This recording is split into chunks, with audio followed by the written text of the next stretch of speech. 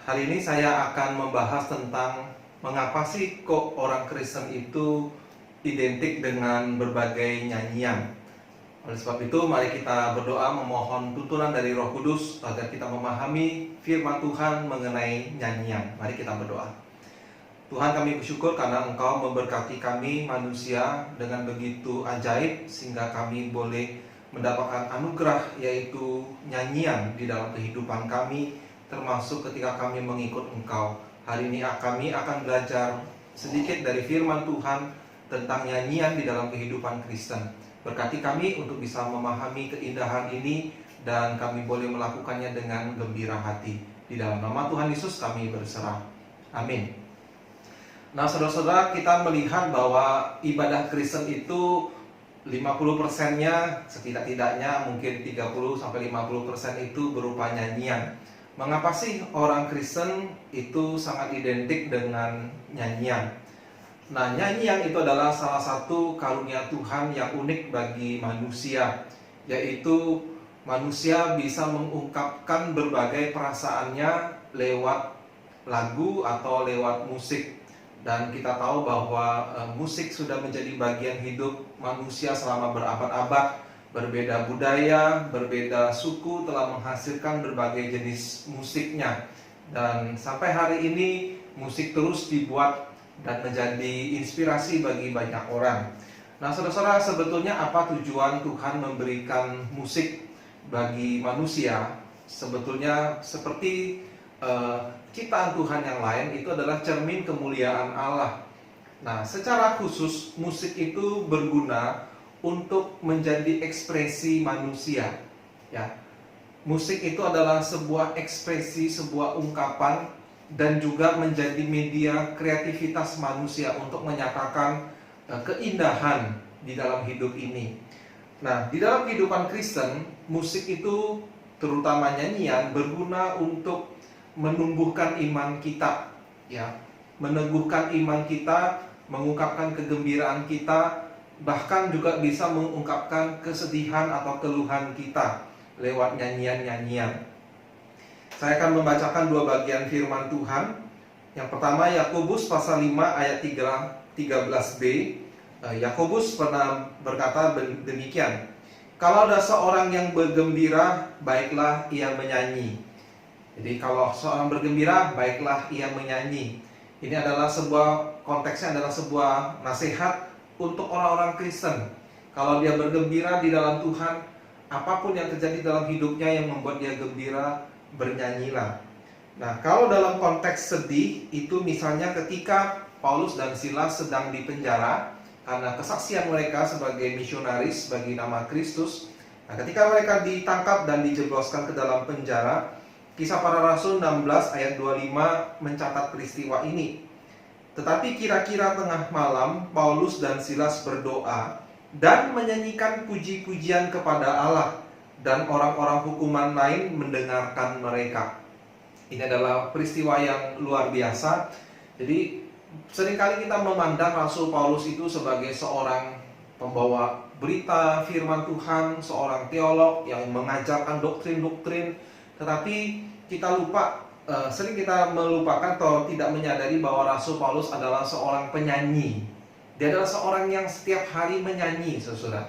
Kita tidak tahu apakah suaranya merdu, apakah suaranya tenor, ataukah bass, atau bariton. Tapi yang jelas Paulus adalah seorang yang suka memuji Tuhan, apapun kondisinya. Nah, dalam konteks tadi kita melihat Paulus dan Silas sedang dipenjara, tetapi mereka tidak terbelenggu jiwa mereka. Tubuh mereka boleh dipenjara, tetapi jiwa mereka begitu merdeka di dalam Tuhan, sehingga belenggu itu pun tidak menahan mereka untuk memuji Tuhan.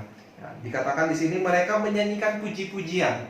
Sebetulnya di dalam dunia musik, nyanyian itu ada banyak genre dan ada banyak juga isi pesannya.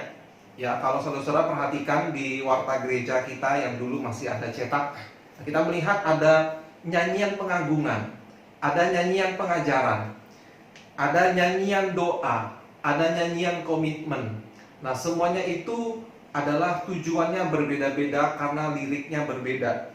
Tetapi kita melihat di sini Paulus dan Silas ketika di penjara, mereka menyanyikan pujian, artinya dari bawah ke atas, sebuah pengagungan kepada Tuhan meskipun mereka sedang di penjara. Nah, jadi saudara-saudara, dengan banyaknya nyanyian-nyanyian rohani, kita bisa memakai lirik itu untuk mengekspresikan jiwa kita. Ya, bagaimana kita bisa mengingatkan diri kita, mengajarkan diri kita, dan juga mengajarkan orang lain yang mendengarkan nyanyian kita. Dan kita juga memuji kepada Tuhan. Ya, ada sebuah ungkapan mengatakan bahwa pendengar terbesar ketika kita sedang menyanyi adalah Allah. Allah adalah audiens kita yang terutama, yang menjadi fokus nyanyian kita. Nah, bagaimana kalau kita sedang tidak bersemangat untuk menyanyi? Katakanlah konteksnya kalau Bapak Ibu, Saudara ke gereja, ikut persekutuan, sedang tidak semangat, mungkin sedang kurang sehat, atau mungkin karena ada permasalahan hidup yang membuat kita malas untuk ikut bernyanyi. Nah, tipsnya adalah, saya kutip dari teolog John Calvin. Dia berkata, saya parafrasekan, dia berkata bahwa kalau jiwa saya sedang sendu, sedang tidak bersemangat untuk menyanyi memuji Tuhan, maka justru saya akan mengeluarkan suara saya untuk menyanyi. Saya akan mendorong tubuh saya untuk menyanyi. Saya akan menyanyi sampai jiwa saya ikut menyanyi. Nah, jadi saudara-saudara, John Calvin benar, sebetulnya adalah musik anugerah Tuhan supaya kita bisa mendorong jiwa kita untuk terlibat di dalam musik itu, di dalam nyanyian, di dalam pesan yang ingin disampaikan lewat sebuah karya musik itu atau nyanyian itu. Nah, itulah sebabnya mengapa saudara-saudara, di dalam dunia musik sekuler kita perlu hati-hati ketika kita menyukai musik, karya musik seseorang. Kita perlu memperhatikan, terutama kalau yang ada liriknya, sebetulnya apa pesan dari lagu itu, semangat apa yang dibawa. Ya, misalnya saya pernah sangat terkejut ketika mengetahui isi lirik lagu yang waktu saya kecil itu populer, ya, yaitu lagu tentang Barbie Girl yang dinyanyikan seorang gadis yang bernama Aqua, kalau tidak salah ingat, ya, betul ya. Dan isinya apa, saudara-saudara? Ternyata isinya adalah pesan yang tidak bagus tentang hubungan yang tidak sehat antara dirinya sebagai seorang perempuan cantik dengan laki-laki pujaannya, hubungan yang tidak baik. Yang kalau kita mengerti maksud dari lirik itu, sebetulnya itu, wah, itu vulgar sekali. Nah, tetapi waktu kecil saya tidak begitu mengerti bahasa Inggris, bahkan tidak mengerti. Jadi saya hanya mendengar, ya, tetapi tidak tahu. Banyak teman-teman saya menyukai lagu itu, dan mungkin mereka antara tahu atau tidak tahu apa pesan di dalamnya.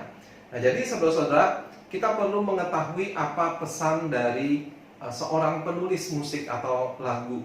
Ya, sehingga ketika kita menyukai, apakah jiwa kita ikut terbawa oleh pesan itu, ya, pesan yang positif atau pesan yang negatif, ajaran yang baik atau ajaran yang merusak. Nah, sebagai seorang Kristen tentu kita perlu menjaga tubuh kita, pikiran kita, emosi kita dari ajaran-ajaran sesat yang tidak hanya disampaikan lewat khotbah, tetapi disampaikan lewat lagu. Ya, perlu kita hati-hati supaya pikiran kita tetap terfokus, bersih di dalam firman Tuhan. Nah, sebuah pepatah yang mengatakan sampah yang masuk, maka sampah juga yang akan keluar. Jadi apapun yang kita dengar, itu akan mempengaruhi diri kita, dan itu akan mempengaruhi jiwa kita. Kiranya firman Tuhan dengan hal ini menginspirasi kita, dan kita menjadi orang-orang yang suka menyanyi, memuji Tuhan, menyanyi, mengungkapkan apa yang ada di dalam perasaan kita kepada Tuhan. Kiranya Tuhan Yesus memberkati. Sampai berjumpa kembali.